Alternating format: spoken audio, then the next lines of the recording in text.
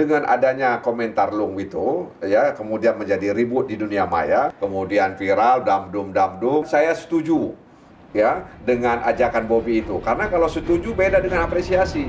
Kalau setuju itu artinya saya sudah mengakui bahwa 4 pulau itu milik Sumatera. SK Mendagri itu bukan harga mati.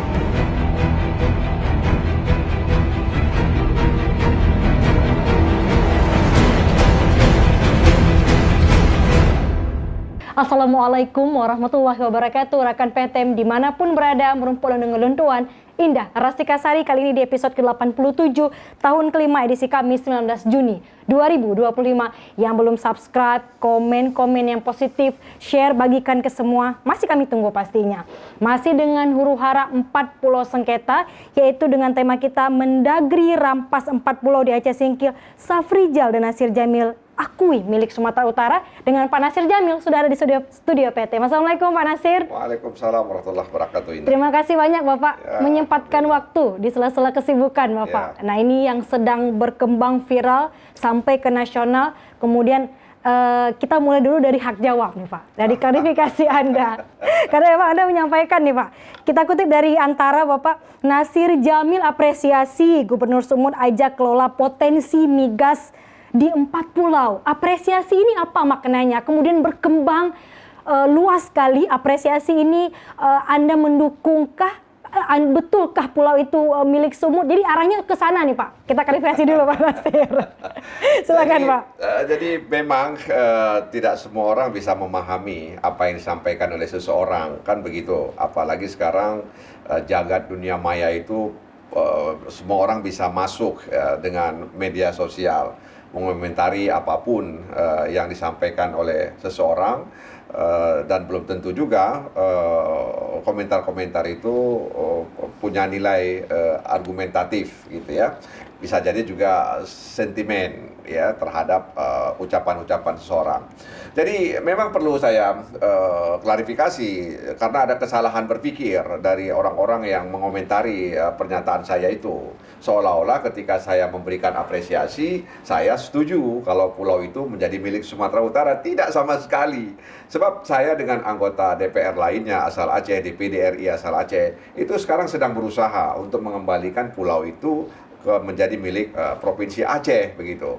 Bahkan dalam berita mungkin di harian Serambi Indonesia, di mana waktu itu judul besarnya adalah DPRI dan DPD RI Aceh meminta Presiden membatalkan SK Mendagri itu judul itu usulan saya, ya, judul itu usulan saya. Awalnya teman-teman itu bilang mau judulnya minta Mendagri mencabut keputusan itu. Saya bilang jangan kita minta Mendagri karena Mendagri itu bukan level kita, dia di bawah kita secara ketatanegaraan. Nah, level kita itu presiden, makanya kita harus minta kepada presiden agar kemudian SK Mendagri itu dibatalkan, ya kan, dicabut dan dibatalkan. Jadi kesalahan berpikirnya seperti itu satu. Yang kedua, apresiasi itu penghormatan, ya. Dia datang dari Medan, seorang gubernur loh, ya, yang punya 33 kabupaten kota, ya. Kemudian ada seorang Masinton, Bupati Tapanuli Tengah. Masinton ini 10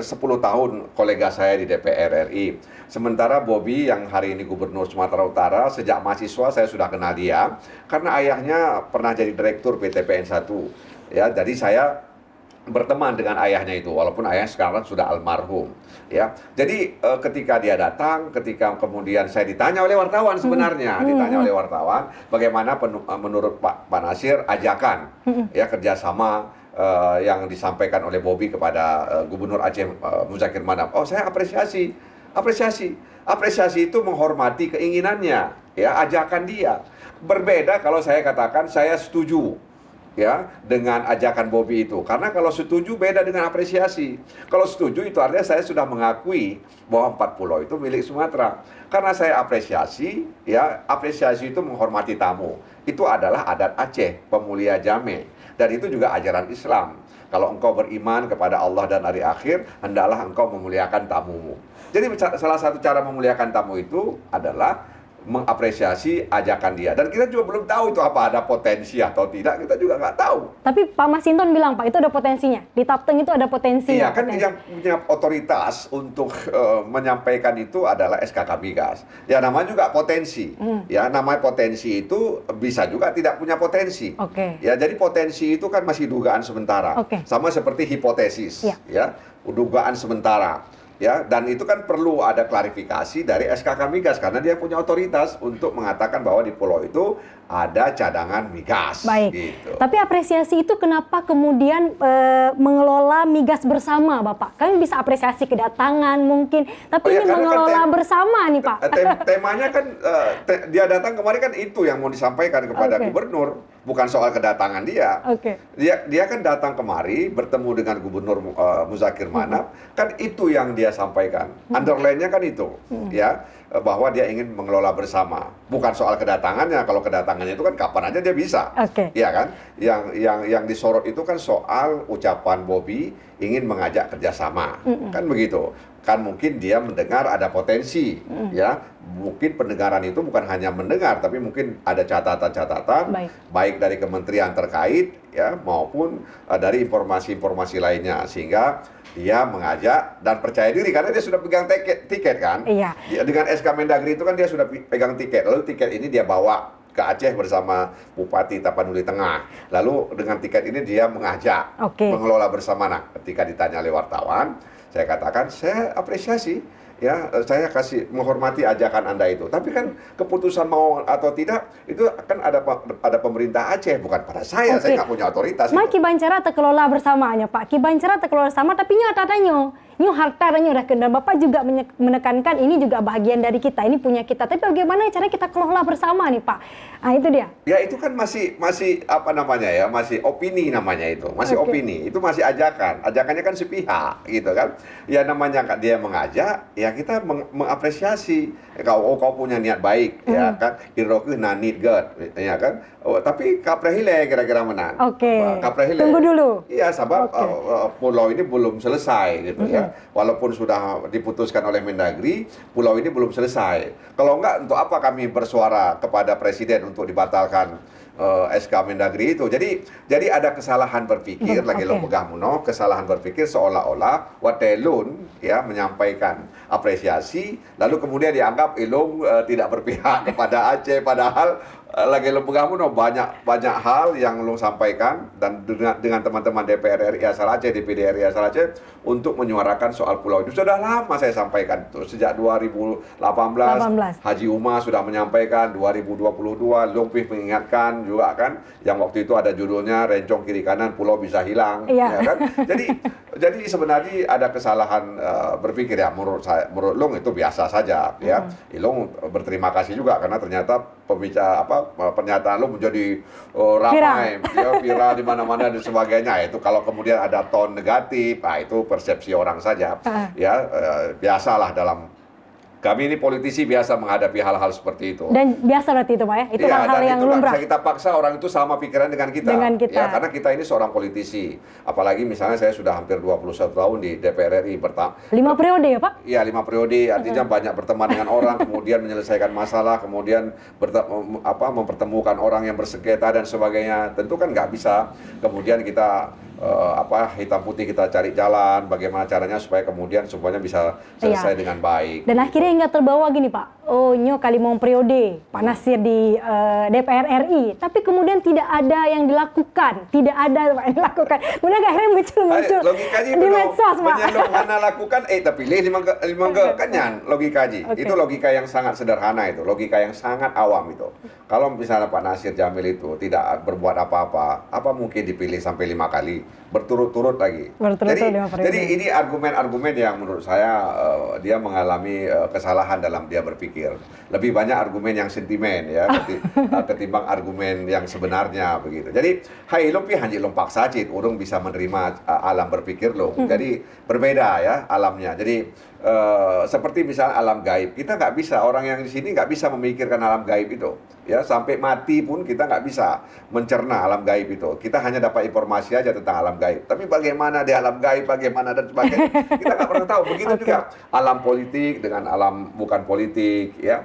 Nah kita alam nasional dengan alam lokal, ya. Jadi kita mencoba untuk mensinergikan pikiran-pikiran itu. Tapi menurut saya bagus juga. Jadi dengan adanya komentar Lung itu, ya kemudian menjadi ribut di dunia maya, sehingga kemudian orang banyak berkomentar. Lalu ini menjadi sebuah pressure bagi pemerintah. Ya, ini jadi pernyataan Lung itu menjadi cikal bakal bagi banyak orang untuk mempresur pemerintah. Akhirnya menekan orang nimbrung, pemerintah. Ya, orang nimbrung, si Pulan ngomong ini, si Pulin ngomong akhirnya itu. Ramai. Akhirnya ramai dan kemudian itu menjadi bulat mempresur ya pemerintah pusat untuk mengevaluasi mengevaluasi keputusannya itu, dan itu kemudian disampaikan oleh salah seorang dirjen di Kemendagri, ya bisa Pak Safrizal. Ya, bisa eksekutif review dan bisa yudikatif review.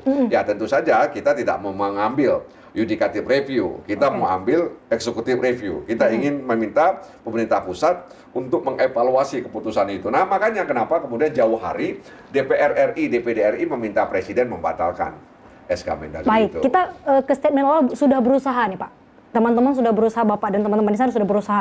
Ini artinya 4 pulau ini, Pulau Panjang, Limpan, Mangkir Gadang, Mangkir Kete ini Pak. Ini kan kalau Bapak sampaikan tadi, itu apa kemudian yang sudah dilakukan Pak di teman-teman di pusat? Ya begini, ini kan ranahnya eksekutif, ya bukan ranahnya legislatif. Ya. Tapi dorongan itu kan Pak, pressure itu kan juga jadi... Iya, jadi ini ranahnya. Jadi semua ini kan kerja-kerja eksekutif. Ya, dari awal itu kerja eksekutif, dan terus terang saja kita yang di legislatif ya asal Aceh ini mungkin setahu saya tidak pernah dilibatkan.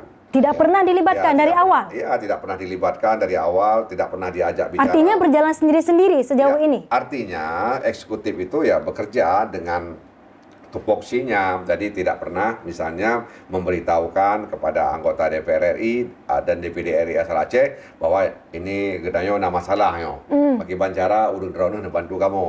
Seingat lu hana lagi. Sampai hari ini?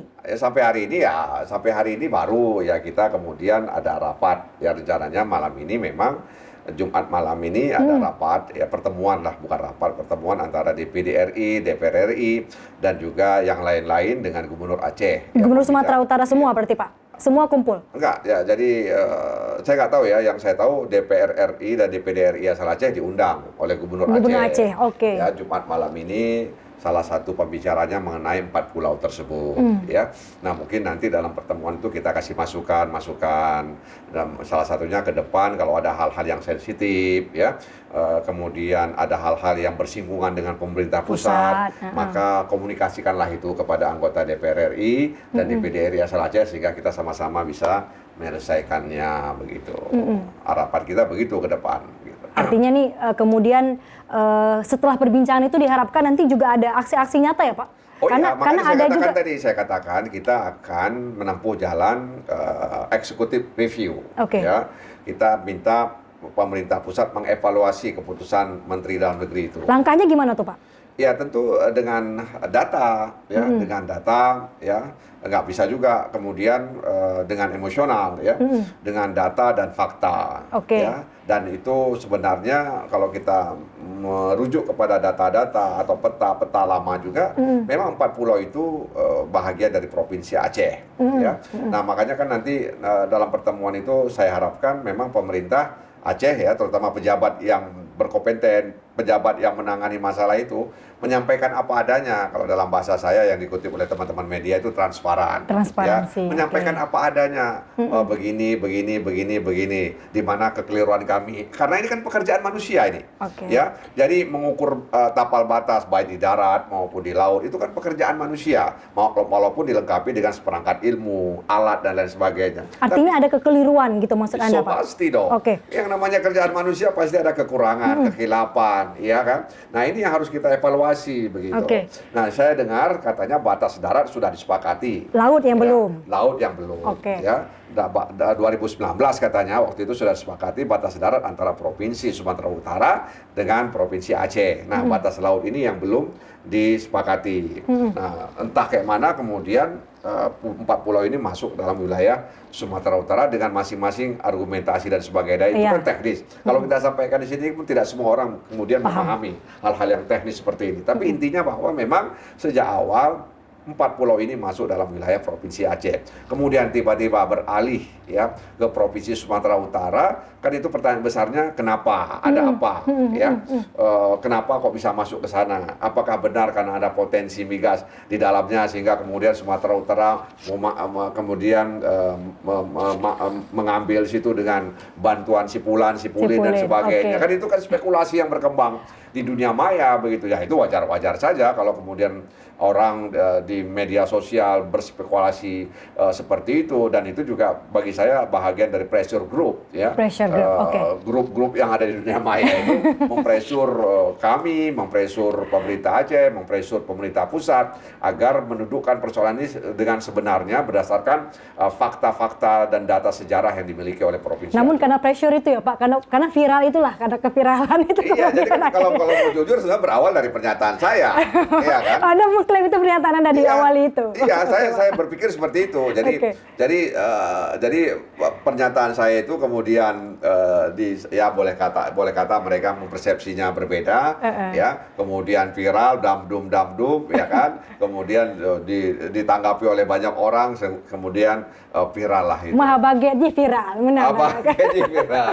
Jadi mau tidak mau diakui seperti itu dalam pandangan saya. Oke. Kemudian yang menarik juga nih Pak Nasir, ini kan Pak Mendagri, Pak Tito itu kemudian jika bisa dikelola bersama, why not? Kemudian mendapat beragam komentar, khususnya misalkan dari akademisi, kemudian politisi kita, bagaimana cara kelola bersama? Sebenarnya Pak, akhirnya kan ada kemudian timbul spekulasi, artinya Mendagri artinya mendukung. Terus kan, karena Mendagri dia kan input dari 8 kementerian, ya kan katanya ada 8 kementerian. Saya nggak tahu apakah 8 itu semuanya kementerian atau ada lembaga lain bukan kementerian yang bertugas untuk melakukan pekerjaan teknis tadi itu, ya karena dia masuk dalam tim, karena dia menerima input dari tim 8 itu, lalu kan kemudian ada keputusan. Karena Kemendagri itu di samping masuk dalam tim itu, dia juga secara administrasi mengeluarkan keputusan. Ya, jadi tidak bisa misalnya Kementerian Kelautan mengeluarkan keputusan ini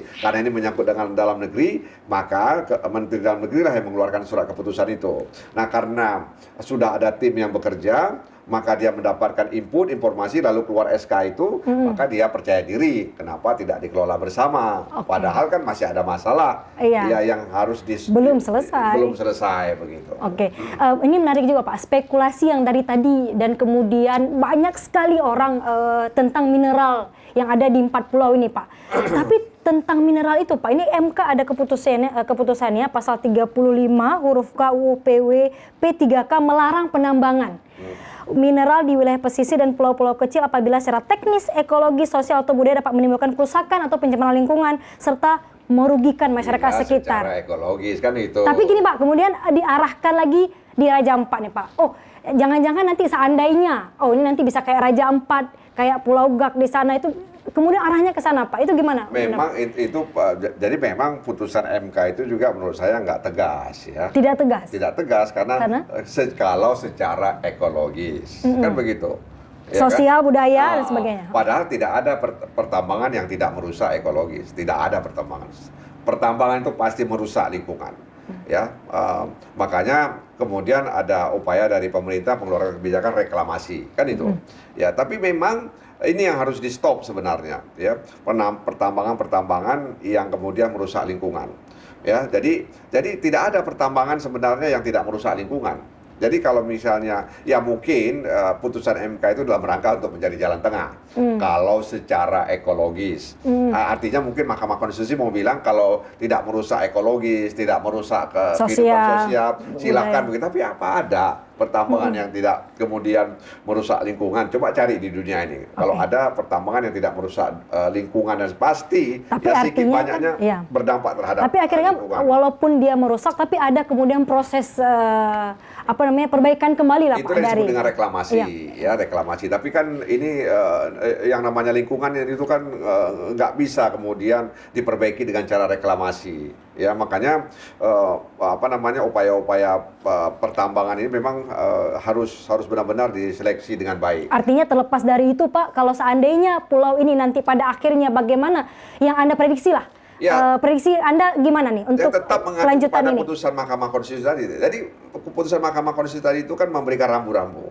Jadi kan ada dampak AMDAL-nya, ada AMDAL-nya. Nanti ketika misalnya mau dibuat pertambangan macam-macam kan ada AMDAL-nya, ya kan. Dan itu kan harus dilakukan secara jujur, ya, secara tepat begitu. Jadi soal potensi itu menurut saya kalau kita kaitkan dengan keputusan Mahkamah Konstitusi, maka sebenarnya Mahkamah Konstitusi itu ya ingin mencegah ya penambangan yang merusak lingkungan, kehidupan sosial masyarakat. Dan kalau kita baca berita selama ini ya, itu hampir semua masyarakat, terutama masyarakat adat yang kemudian komplain ya kepada pemerintah pusat karena lingkungan mereka, kearifan sosial mereka terganggu, punah macam-macam, bahkan burung-burung yang selama ini ada di pulau itu tidak ada lagi karena akibat terganggu dengan aktivitas tambang yang ada di pulau itu. Baik, dengan kondisi hari ini Pak, dengan kondisi keputusan Mendagri, potensi yang Anda lihat seperti apa? Prediksi Anda untuk 4 pulau ini? Saya punya keyakinan besar ya, dan saya yakin 100% bahwa SK itu akan direvisi. SK itu akan direvisi, pulau itu kembali ke Aceh? Saya yakin itu. Ya, saya akan yakin bahwa SK itu akan direvisi dan kemudian pulau itu akan kembali. Dan pernyataan Sumut semua hanya tentu, sekedar ya karena memang ini kan keputusan Mendagri. Keputusan Mendagri. Kalau sengketa antar negara itu biasanya perang. Kita pernah tahu perang Malvinas ya, antara Inggris dan Argentina. Ya kita juga pernah lihat misalnya perbatasan Cina ya, itu juga ada perang ya. Jadi kalau ini kan antar dalam negeri. Kedaulatan juga Pak. Ini kan Aceh pernah kemudian konflik, tapi kemudian akhirnya pusat itu kan kedaulatan. ini kan antar wilayah, antar provinsi di dalam negara Republik Indonesia. Maka harus diselesaikan secara musyawarah mufakat ya. Apalagi jangan sampai mengancam persatuan nasional kita. Kita punya sila ketiga Persatuan Indonesia, kita punya sila keempat yang mengedepankan musyawarah ya dalam mengambil kebijakan. Nah, karena ini sengketa antar daerah dalam satu wilayah negara Republik Indonesia, maka itu bisa diselesaikan. Jadi yang mau saya katakan, SK Mendagri itu bukan harga mati. Artinya bisa direvisi dan kembali ke Aceh. Makanya perlu ada executive review. Dan hari ini kita harus mengakui juga misalnya kekeliruan atau kekurangan atau kealpaan Aceh apa dalam proses demi proses itu. Kealpaan dan kekurangan pemerintah pusat apa, ya kan? Kealpaan dan kekurangan pemerintah Provinsi Sumatera Utara apa. Kita harus berani mengoreksi ya kekurangan yang kita miliki dan sama-sama kemudian kita perbaiki dan kembalikan kembali pulau itu ke. Jika memang demikian, bagaimana menurut Anda tanggapan Sumut, Pak? Pak Masinton bilang itu ada mineral dan Pak Bobi juga. Kayak kita kelola bersama lah. Bagaimana tanggapan Anda? Itu yang punya otoritas SK Migas. Ya, SK Migas. Nggak, artinya Anda kan sudah lama kenal dengan Pak Masinton, sudah dari kecil juga dengan Pak Bobi. Menurut Anda apa kira-kira? Ya, artinya dari kecil Anda tahu perkembangan beliau sampai akhirnya menjadi hari ini. Artinya kemudian menurut Anda, apa ketika nanti Anda prediksi itu akan kembali kepada kita? Bagaimana prediksi Anda dengan kalau misalnya semua pihak ya mengedepankan persatuan Indonesia, mengedepankan musyawarah ya, saya pikir tidak ada masalah. Yang namanya keputusan kan bisa salah ya, bisa direview ya. Undang-undang saja bisa kita amandemen ya, bisa kita perbaiki ya, apalagi misalnya SK seorang menteri ya, tentu sangat mudah untuk diperbaiki. Keputusan presiden saja bisa diperbaiki, bisa dibatalkan, bisa diganti dan sebagainya. Apalagi keputusan seorang menteri. Jadi tidak ada yang tidak ada yang berat sebenarnya. Semua itu bisa diatur kalau kita mengedepankan persatuan nasional, kita mengedepankan musyawarah. Ya. Dan menurut Anda, bisa diatur itu. Dan menurut Anda Sumut akan legowo begitu saja, Pak? Saya yakin seperti itu. Ya. Dan kita juga bukan hanya legowo, lega ya kalau kemudian semua pihak melakukan dan mengedepankan apa yang saya sebutkan tadi. Walaupun mereka tidak dapat apapun dari proses ini. Ya tentu nanti itu kan soal teknis ya. Kita nggak tahu juga apakah nanti misalnya diajak atau tidak diajak gitu kan. Nah tapi kita nggak usah berspekulasi soal itu. Tapi memang ketika Bobby dan Masinton datang ke Aceh lalu menawarkan kerjasama, kan dalam benak orang, wah ini jangan-jangan ada kira-kira begitu kan. Jangan-jangan ada ya. Walaupun tadi saya katakan yang bisa mengatakan itu ada atau tidak ada itu adalah SKK Migas. Nah pertanyaannya apakah Bobby dan Masinton sudah mendapatkan informasi dari SKK Migas bahwa di situ ada potensi migas sehingga mereka datang ke Aceh untuk mengajak mengelola bersama. Prediksi Anda mereka sudah tahu atau belum, Pak? Saya nggak tahu. Makanya kan itu spekulasi namanya. Masih spekulasi. Meskipun memang saya misalnya membaca bahwa di situ ada namanya blok Singkil ya. Dan pernah ada kemudian investor yang mau datang yang versi waktu itu Menteri Pak Luhut kemudian jadi memang yang harus kita pelihara adalah pressure group ya oleh masyarakat Aceh ya untuk menekan secara positif ya pemerintah pusat ya untuk mengevaluasi ya keputusan Mendagri tersebut. Jadi pressure group ini harus tetap kita kelola bersama-sama ya, tentu saja tetap mengindahkan ya hal-hal yang positif gitu ya, jangan sampai menjadi tempat caci maki ya, kemudian mengatakan orang ini itu sebagai. Jadi kan urang Acehnya kan urang yang beradab ya, urang Acehnya urang yang nasyariat. Jadi komentar-komentar itu diharapkan bisa mencerminkan keacehan kita ya, syariatan kayaknya wah. Ya, keacehan kita ya, sehingga kemudian urang lebih hormat dengan urang Aceh. Lebih respect kepada ya, walaupun kadang-kadang kan urang Acehnya memang banyak orang bilang jangankan kalah, seri pun dia nggak mau. Ini batat lebih, Pak. Jadi jangankan lalu menteri Haiti. Ya kan, jadi ya itu harus dipahami secara sosiologis oleh pemerintah pusat. Jadi memang pemerintah pusat juga saya heran, kenapa ketika dia memutuskan itu dia nggak memikirkan ini kira-kira dampaknya apa, kan itu. Seharusnya pemerintah pusat ketika dia memutuskan hal-hal yang sensitif seperti ini, dia akan berpikir panjang, kalau diputuskan ini dampaknya apa. Ya, karena kan dia tahu bahwa Aceh ini bekas pernah konflik, ya. Yang menjadi bibit. Kan itu yang kemudian akhirnya jadi timbul, sensitif. Yang kita khawatirkan ada orang-orang yang memanfaatkan situasi ini.